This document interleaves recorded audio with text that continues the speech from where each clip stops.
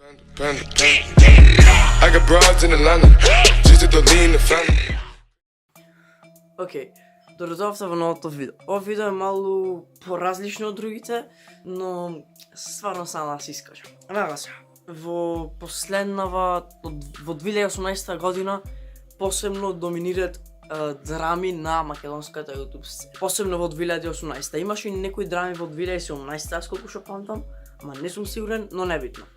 Од драми ми е дојдено до тука. YouTube не е тоа што беше. Да, точно, сите сакаме да напредуваме на македонска YouTube сцена. Тешко е сега да најдеш уникатен начин за да напредуваш. И еден паметен се нашол, измислил драма на тој начин да се добијат повеќе субскрајбери и гледачи и views. И поред тој еден паметен човек, сите што не можат да најдат уникатен и креативен начин за да добијат субскрајбери, прават драми. До овде ми е веќе.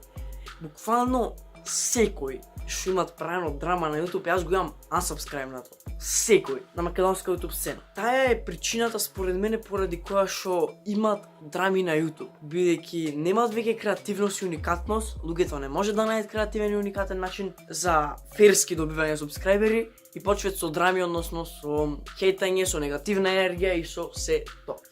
Друга работа. Перо Зерно имаше направено видео кај што зборуваше за драмата меѓу Фичо Влогс и Лаки. Тој кажа се точно во неговото видео. Ама тоа што не ми се допадна, тоа што тој свесно или несвесно ја прошири драмата. Направи и други гледачи да ја видат таа драма. Како тоа? Гледачите сакаат да гледаат драми, кај што се хейтат него, кај што се роустат. Тој само им кажа на кое место може да најдат уште една драма за да си гледате и да си уживате.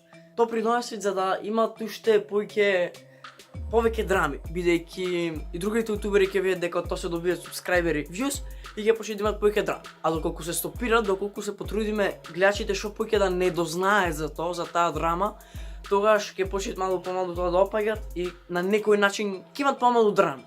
Ќе биде попозитивен македонскиот YouTube. Ова не е никаков хейт до Перо. Дали тоа го направил свесно или несвесно, аз не знам. Кому била целта со тоа видео, јас не знам. Фајам многу што го гледав тоа видео. Ако и се допадна, ставете лайк, ако не дислайк. Пишете ми долу коментари ваше мислење за општо за драмите на македонската YouTube сцена. И така, се гледаме за следно видео многу наскоро. Чао!